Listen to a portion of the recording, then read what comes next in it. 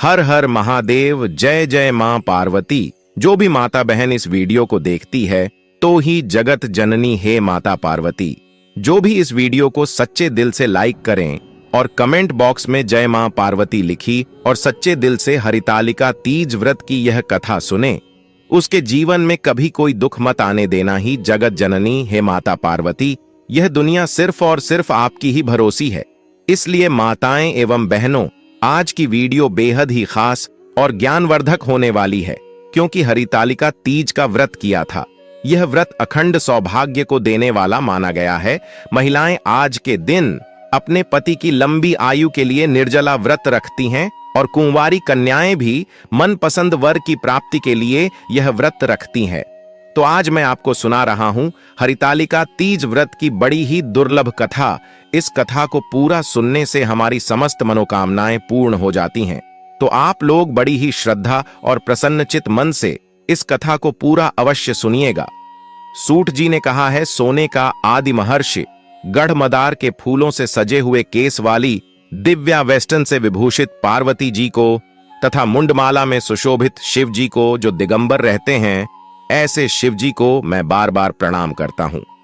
कैलाश पर्वत के राम में शिखर पर विराजमान शिव जी से पार्वती जी ने पूछा है, महेश्वर, आप आज मुझे कोई गुप्त से गुप्त रहस्य की बात बताने की कृपा करें। वह ऐसी बात हो जो सभी धर्म का सर अल्प परिश्रम से ही करने योग्य तथा अत्यंत फलदायिनी कथा का जिसमें समावेश हो। यदि आप मुझ पर प्रसन्न हैं तो उसे बताने की कृपा करें।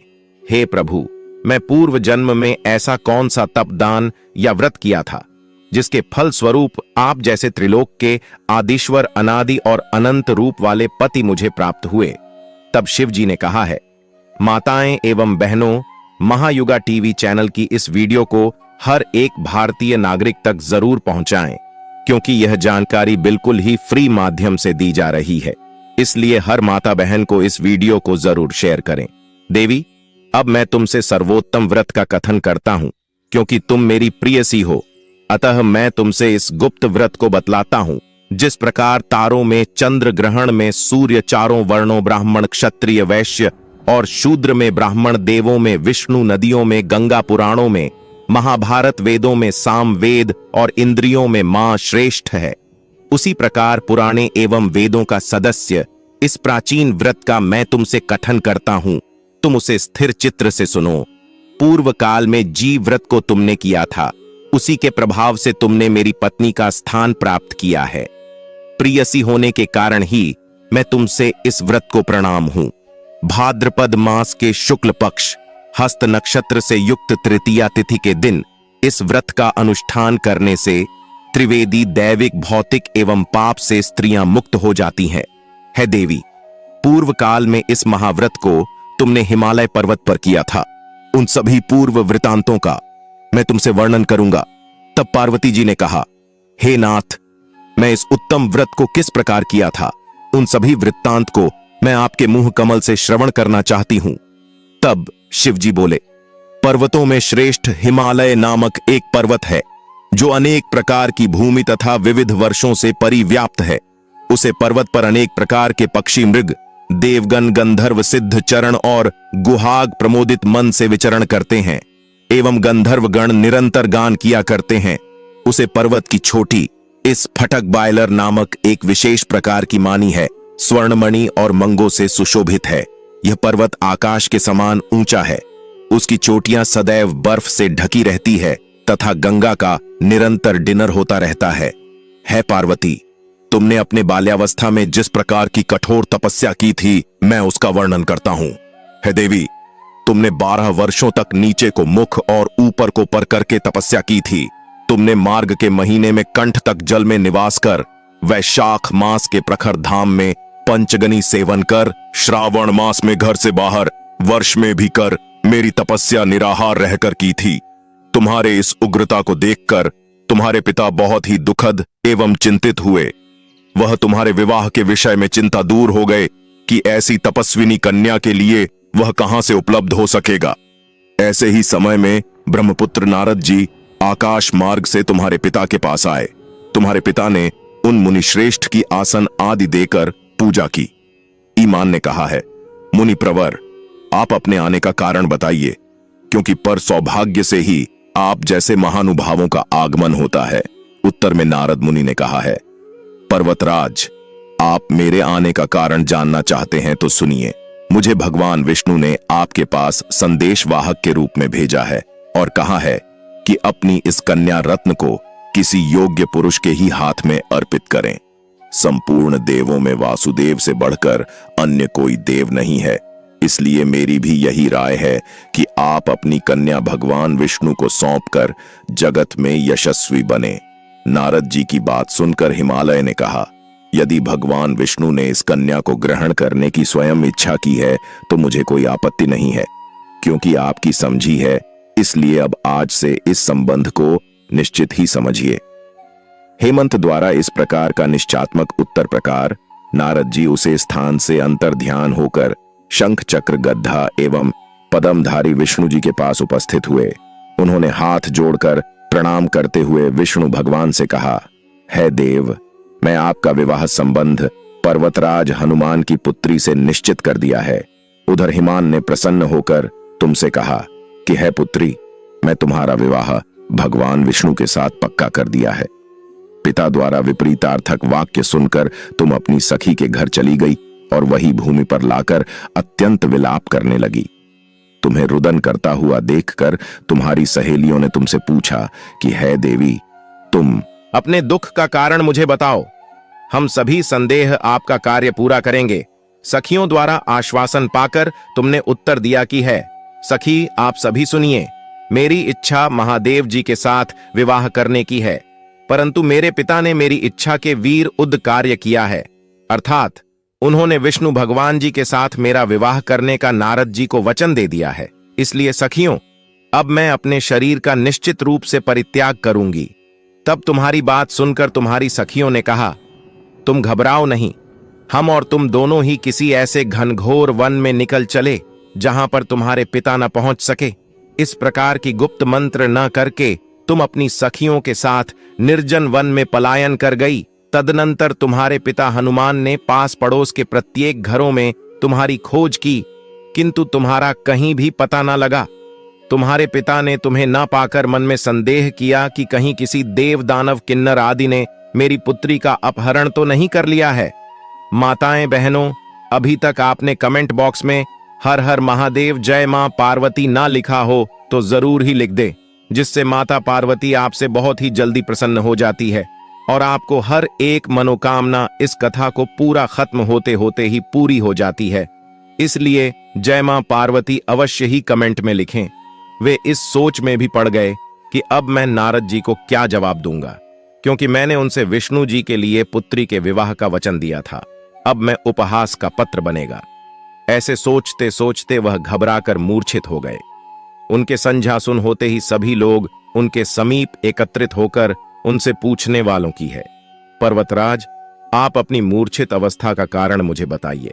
कुछ स्वस्थ होने के बाद हिमालय ने उन लोगों से कहा कि मेरी कन्या का किसी ने अपहरण कर लिया है, अथवा हो सकता है किसी विस्तार सर्प ने डस लिया हो, अथवा सिंह व्यग्र आदि किसी हिंसक पशु ने भाषण कर लिया हो। यही मेरे दुख का कारण है। ना जान मेरी पुत्री कहां चली गई, अब मैं क्या करूं। ऐसा कहते हुए हिमालय इस प्रकार का अपने लगे जैसे किसी प्रचंड आंधी में वृक्ष हिलने लगते हैं।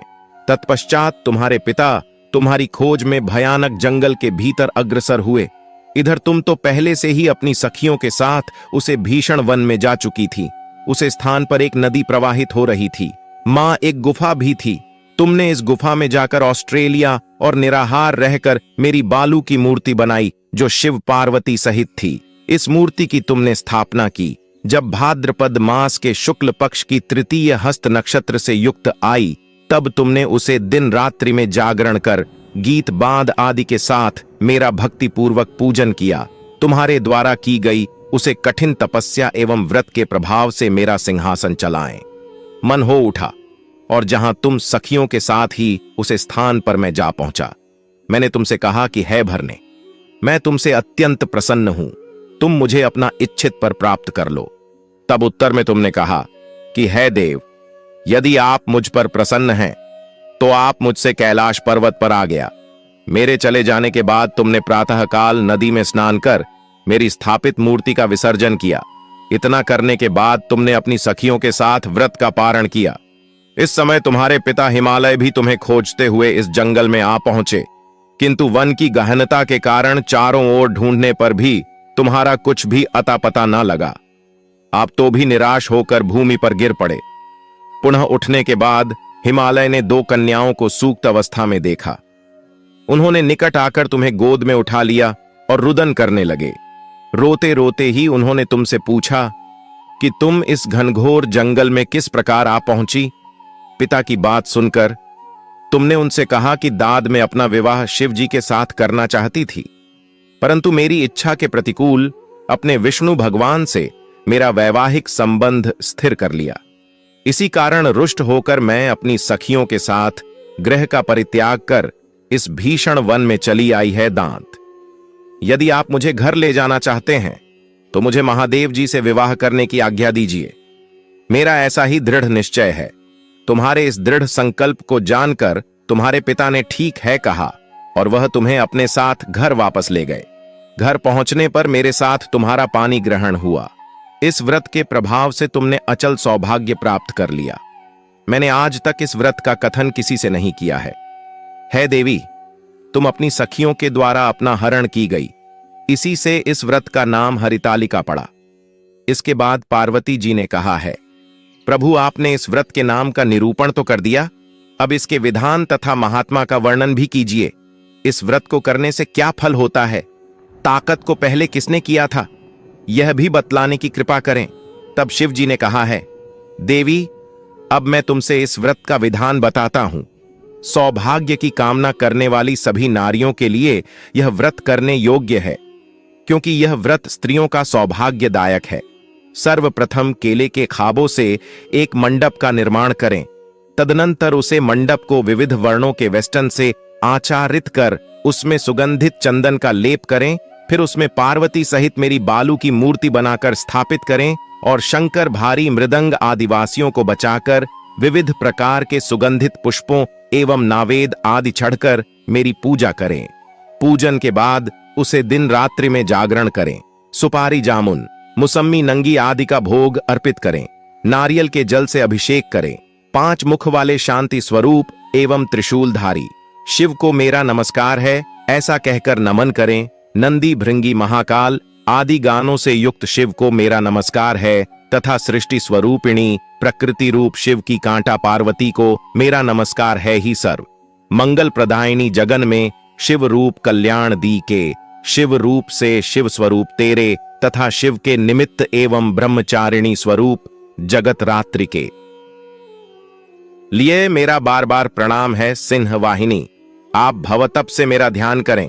है माहेश्वरी आप भवतप से मेरा प्राण करें। है माहेश्वरी आप मेरी संपूर्ण इच्छाएं पूर्ण करें। है मातेश्वरी मुझे राज्य सौभाग्य संपत्ति प्रदान करें। इस प्रकार कहकर मेरे साथ तुम्हारी पूजा स्त्रियों को करनी चाहिए। विधिव्रत कथा श्रवण करने के पश्चात समर्थ के अनुसार ब्राह्मण को अन्य वस्त्र एवं धन प्रदान करें। तदनंतर भू यशी दक्षिणा देकर संभव हो तो स्त्रियों को आभूषण आदि भी दिन। इस सौभाग्य वर्धिनी पुनीत कथा को अपने पति के साथ श्रवण करने से नारियों को महान फल की उपलब्धि होती है देवी, इस विधि से जो स्त्रियां इस व्रत को करती हैं उन्हें 7 जन्मों तक राज्य सुख एवं सौभाग्य प्राप्त होता है। व्रत के दिन जो नई अन्न का आहार ग्रहण करती है वह 7 जन्म तक संतानहीनता एवं विधवा होती है। जो स्त्री उपवास नहीं करती वह दरितारी पुत्र शौक से दुखी एवं झगड़ालू होती है तथा नरकवास करके दुख होती है। जो नई इस व्रत के दिन भोजन करती है उसे सुकरी दुग्धपन करने से, सर्पणी जल का पान करने से जोक अथवा मछली मिष्ठान भाषण करने से चींटी आदि योनि में जन्म लेना पड़ता है। अनुष्ठान की समाप्ति पर नारियों को चाहिए कि वह चांदी सोने तांबे अथवा इन सभी के अभाव में पास की दलिया में वस्त्र फल पकवान आदि रखकर दक्षिण के साथ ब्राह्मण को दान करें। अंत में दूसरे दिन व्रत का पारण करें। जो नारियां इस विधि से व्रत का अनुष्ठान करती हैं वह तुम्हारे सामान अनुकूल पति को प्राप्त कर इस लोक में सभी सुखों का उपभोग करती हुई अंत में संयुक्त मुक्ति प्राप्त करती हैं। इस कथा के श्रवण कर लेने से ही स्त्रियां हजारों अश्वमेध यज्ञ एवं सैकड़ों वाजपेयी यज्ञ के करने का फल प्राप्त करती हैं। है देवी, मैं तुमसे इस सर्वोत्तम व्रत का कथन किया जिसके करने से करोड़ों यज्ञ का फल सहज ही प्राप्त होता है। अतः इस व्रत के फल का वर्णन सर्वप्रथम यह है। लिए अब मनोकामनाओं को पूर्ण करने वाली भगवान शिव और माता पार्वती की बड़ी ही दुर्लभ कथा को सुनते हैं। एक बार की बात है, माता पार्वती शिव जी को पति रूप में प्राप्त करने के लिए घोर तप कर रही थी। उनके तप को देखकर देवताओं ने शिव जी से देवी की मनोकामना को पूर्ण करने की प्रार्थना की। शिव जी ने पार्वती जी की परीक्षा लेने सप्तर्षियों को भेजो। शब्द आर्षियों ने शिव जी के सैकड़ों अवगुण गिरी, पर पार्वती जी को महादेव के अलावा किसी और से विवाह मंजूर नहीं था। सज्जनों, विवाह से पहले सभी व अपनी भाभी पत्नी को लेकर अस्वस्थ होना चाहते हैं। इसलिए शिव जी ने स्वयं भी पार्वती जी की परीक्षा लेने की ठानी। भगवान शंकर प्रकट हुए और पार्वती जी को वरदान देकर अंत ध्यान हुए। इतने में पार्वती माता जहां तप कर रही थी, वहीं पास में तालाब में मगरमच्छ ने एक लड़के को पकड़ लिया। लड़का जान बचाने के लिए चिल्लाने लगा। पार्वती जी से उसे बच्चों की जीत सनी नहीं गई। द्रवित हृदय होकर वार्तालाप पर पहुंची। देखी है कि मगरमच्छ लड़के को तालाब के अंदर खींच कर ले जा रहा है। लड़के ने देवी को देखकर कहा, मेरी ना तो मन है ना आप, ना कोई मित्र, माता आप मेरी रक्षा करें। पार्वती जी ने कहा, है मगरमच्छ, इस लड़के को छोड़ दो। मगरमच्छ बोला, दिन के छठे पर में जो मुझे मिलता है उसे अपना आहार समझकर स्वीकार करना मेरा नियम है। ब्रह्मदेव ने दिन के छठे पहाड़ इस लड़के को भेजा है, मैं इसे क्यों छोड़ूं? पार्वती जी ने विनती की, तुम इसे छोड़ दो, बदले में तुम्हें जो चाहिए वह मुझसे कहो। मगरमच्छ बोला, एक ही शर्त पर मैं इसे छोड़ सकता हूं। आपने तब करके महादेव जी से जो वरदान लिया है, यदि उसे ताप का फल मुझे दे दो तो मैं इसे छोड़ दूंगा। पार्वती जी तुरंत तैयार हो गई। उन्होंने कहा, मैं अपने तप का फल तुम्हें देने को तैयार हूं, लेकिन तुम इस बालक को छोड़ दो। मगरमच्छ ने समझाया, सोच लो देवी, जोश में आकर संकल्प मत करो। हजारों वर्षों तक जैसा तप किया है वैसा देवताओं के लिए भी संभव नहीं है। उसका सारा फल इस बालक के प्राणों के बदले चला जाएगा। पार्वती जी ने कहा, मेरा निश्चय पक्का है, मैं तुम्हें अपने तप का फल देता हूं, तुम इसको जीवन दे दो। मगरमच्छ ने पार्वती जी से तप दान करने का संकल्प करवाया। तप का दान होते ही मगरमच्छ का डे तेज से चमकने लगा। मगर बोला, है पार्वती, देखो तप के प्रभाव से मैं तेजस्वी बन गया हूं। तू मने जीवन भर की पूंजी एक बच्चे के लिए व्यर्थ कर दी। चाहो तो अपनी भूल सुधारने का एक मौका और दे सकता हूं। पार्वती जी ने कहा है गृह, तब तो मैं पुनः कर सकती हूं, किंतु यदि तुम इस लड़के को निकल जाते तो इसका जीवन वापस नहीं मिल सकता था। देखते ही देखते वह लड़का अदृश्य हो गया। मगरमच्छ भी लुप्त हो गया। पार्वती जी ने विचार किया, मैंने तब तो दान कर दिया है, आप पुनः तब आरंभ करूंगी। पार्वती जी ने फिर से तप करने का संकल्प किया। भगवान सदा से फिर से प्रकट होकर बोले, पार्वती, भला अब क्यों तप कर रही हो? पार्वती जी ने कहा, प्रभु मैं अपने तप का फल दान कर दिया है। आपके पति रूप में पानी के संकल्प के लिए मैं फिर से वैसा ही घोर तप कर आपको प्रसन्न करूंगी। महादेव जी बोले, मगरमच्छ और लड़के दोनों रूपों में मैं ही था। तुम्हारा चित्र प्राणी मात्रा में अपने सुख दुख का अनुभव करता है या नहीं, इसकी परीक्षा लेने को मैंने यह लीला रची थी। अनेक रूपों में दिखने वाला मैं एक ही हूं। मैं अनेक शरीर में शरीरों से अलग निर्विकार हूं। तुमने अपना तप मुझे ही दिया है, इसलिए आप और तप करने की कोई जरूरत नहीं है। देवी ने महादेव को प्रणाम कर प्रसन्न मन से विदा किया। बोलिए शंकर। पार्वती भगवान की जय लिए अब मनोकामनाओं को पूरी करने वाली दूसरी कथा को भी सुनते हैं। नारद जी ने एक बार भोलेनाथ जी की स्तुति करके पूछ, प्रभु आपको प्रसन्न करने के लिए सबसे उत्तम और सुलभ साधन क्या है? त्रिलोकीनाथ, आप तो निर्विकार और निष्काम हैं, आप सहज ही प्रसन्न हो जाते हैं। फिर भी मेरे जानने की इच्छा है कि आपको क्या प्रिया है। तब शिव जी बोल, नारद जी वैसे तो मुझे भक्ति के भाव सबसे प्रिय हैं, फिर भी आपने पूछा है तो मैं बताता हूं। मुझे जल के साथ साथ फिल्म पत्र बहुत प्रिय है, जो अखंड बिली पत्र मुझे श्रद्धा से अर्पित करते हैं। मैं उन्हें अपने लोक में स्थान देता हूं। नारद जी भगवान शंकर और माता पार्वती की वंदना कर अपने लोक को चले गए। उनके जाने के पश्चात पार्वती जी ने शिव जी से पूछा है, प्रभु, मेरी यह जानने की बड़ी तीव्र इच्छा हो रही है कि आपको बेलपत्र इतना प्रिय क्यों है। कृपा करके मेरी जिज्ञासा को शांत करिए। तब शिव जी बोल, फिल्म के पत्ते मेरी जाता के समान है। उसका त्रिपत्र यानी 3 पात ऋग्वेद, यजुर्वेद और सामवेद है। शाखाएं समस्त शास्त्र का स्वरूप है। फिल्म वृक्ष को आप पृथ्वी का कल्प वृक्ष समझे, जो ब्रह्मा विष्णु शिव स्वरूप है पार्वती, स्वयं दूसरों ने शैल पर्वत पर बिल्व वृक्ष रूप में जन्म था। इस कारण भी बिल का वृक्ष मेरे लिए अति प्रिय है। दूसरों ने फिल्म का रूप धर। यह सुनकर पार्वती जी को तो हाल में पड़ गई। पार्वती जी को तो हल से उपजी जिज्ञासा को रोक न पाई। उन्होंने पूछा, देवी लक्ष्मी ने आखिर फिल्म वृक्ष का रूप क्यों लिया? आप यह कथा विस्तार से कहें। भोलेनाथ ने देवी पार्वती को कथा सुनना शुरू किया है। देवी सतयुग में ज्योति रूप में मेरे अंश का रामेश्वर लिंग था। ब्रह्मा आदि देवों ने इसका विधिवत पूजन अर्चन किया था। इसका परिणाम यह हुआ कि मेरे अनुग्रह से वणी देवी सबकी प्रिया हो गई।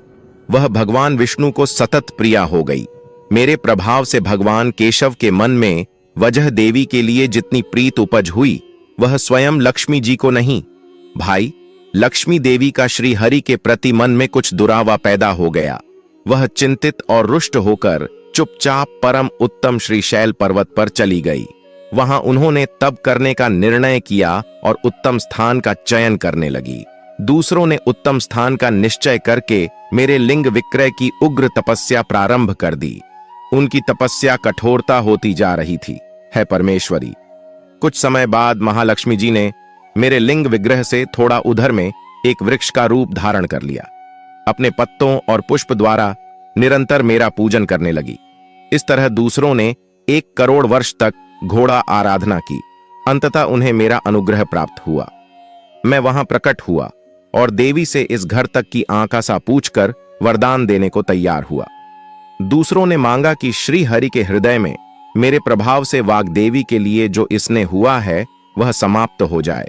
शिवजी बोले, मैं दूसरों को समझाया कि श्री हरि के हृदय में आपके अतिरिक्त किसी और के लिए कोई प्रेम नहीं है। वहां देवी के प्रति उनका प्रेम नहीं, अभी तो श्रद्धा है। यह सुनकर लक्ष्मी जी प्रसन्न हो गई और पुनः श्री विष्णु के हृदय में स्थित होकर निरंतर उनके साथ विहार करने लगी है। पार्वती दूसरों के हृदय का एक बड़ा विकार इस प्रकार दूर हुआ था। इस कारण हरिप्रिया इस वृक्ष रूप में सर्वदा अति से भक्ति से भरकर यान पूर्वक मेरी पूजा करने लगी है। पार्वती, इसी कारण बिल्व का वृक्ष का आश्रय लेकर रहता हूं। बिल्व वृक्ष को सदा सर्व तीर्थ में एवं सर्वदेव में मनाना चाहिए, इसमें तनिक भी संदेह नहीं है। बिली पत्र बिल फुल वृक्ष अथवा बलवा काष्ठ के चंदन से जो मेरा पूजन करता है वह भक्त मेरा प्रिय है। बिल्व वृक्ष को शिव के समान ही समझो। वह मेरा शरीर है जो बिल पर चंदन से मेरा नाम अंकित करके मुझे अर्पण करता है। मैं उसे सभी पापों से मुक्त करके अपने लोक में स्थान देता हूं। है देवी, उसे व्यक्ति को स्वयं लक्ष्मी जी भी नमस्कार करती हैं। जो बिल्व से मेरा पूजन करते हैं, जो बिल्व मूल में प्राण छोड़ता है, उसको रुद्र देह प्राप्त होता है। और ऐसे मनुष्य पर सदैव ही मां लक्ष्मी की कृपा रहती है और साथ साथ भगवान नारायण की भी कृपा उसको सदैव प्राप्त होती है। लिए अब जल्दी से हरितालिका तीज व्रत की पूजन विधि को जान लेते हैं। उसके बाद हरितालिका तीज व्रत की आरती को सुनेंगे। सौभाग्यवती स्त्रियों को चाहिए कि वह प्रातः काल स्नान आदि नृत्य क्रिया से शुद्ध होकर आसन पर पूर्व मुख करके बैठे हैं। बाएं हाथ में जल लेकर दाहिने हाथ से अपने शरीर पर जल छिड़क पुनः दाहिने हाथ में जल लेकर हरितालिका व्रत का मानसिक संकल्प करते हुए उमा महेश्वर के पूजन का संकल्प करें और फिर जल भूमि पर छोड़ दें। तब नंतर गणेश जी का विधि पूर्वक पूजन कर हाथ में बिल्व पत्र लेखन वस्त्र धारण की हुई स्वर्ण के साथ दृश्य कांति वाली कमल के आसन पर बैठी हुई भक्तों को अभीष्ट बार देने वाली माता पार्वती का मैं नित्य चिंतन करती हूं। इसी प्रकार मदार की माला कैसे में धारण की हुई, दिव्य वस्त्र से विभूषित ऐसी पार्वती तथा मुंडमाला धारण किए हुए दिगंबर ऐसे शिवजी का चिंतन करती हूं। उमा महेश्वर की मूर्ति पर बिल पत्र चढ़ाई, तत्पश्चात हाथ में अक्षत लेकर उमा महेश्वर का आवाहन पूर्वक आसन प्रदान कर बात आज मन पंचामृत स्नान शुद्ध डोड़ा किस कराकर, वस्त्र यज्ञ पवित्र सौभाग्य द्रव्य सुगंधित पुष्प चढ़कर, हाथ में पुष्प अक्षत लेकर पार्वती जी के प्रत्येक अंग पर चढ़ाएं। उसके बाद धूप दीप नावेद फल 500 पड़ी दक्षिण चढ़कर, कपूर की आरती तथा हाथ में फूल लेकर पुष्पांजलि उमा महेश्वर के चरणों में समर्पित करें। पश्चात उमा महेश्वर की मूर्ति की हाथ से प्रदक सुनकर, नमस्कार पूर्वक है देवी, आप मुझे पुत्र धन सौभाग्य तथा मेरे सभी मनोरथों को पूर्ण करें। इस प्रकार कहकर उमा महेश्वर से प्रार्थना करें। तदनंतर हाथ में जल लेकर संकल्प पूर्वक सुहाग की पिटारी ब्राह्मण को दें। उसके बाद हरितालिका व्रत की कथा ब्राह्मण द्वारा अथवा अन्य किसी के द्वारा श्रवण करें या स्वयं पढ़े लिए। अब माताएं बहनों, आप सभी से हाथ जोड़कर निवेदन है कि वीडियो को हर एक भारतीय नागरिक तक जरूर शेयर करें और कमेंट बॉक्स में अभी तक आपने हर हर महादेव ना लिखा हो तो जरूर ही लिख दें। माताएं बहनों, इस वीडियो को हम यहीं पर समाप्त करते हैं, पर आपको कुछ भी हमसे पूछना है तो आप हमें कमेंट में पूछ सकते हैं। और हमारे हर हर महादेव, जय मां।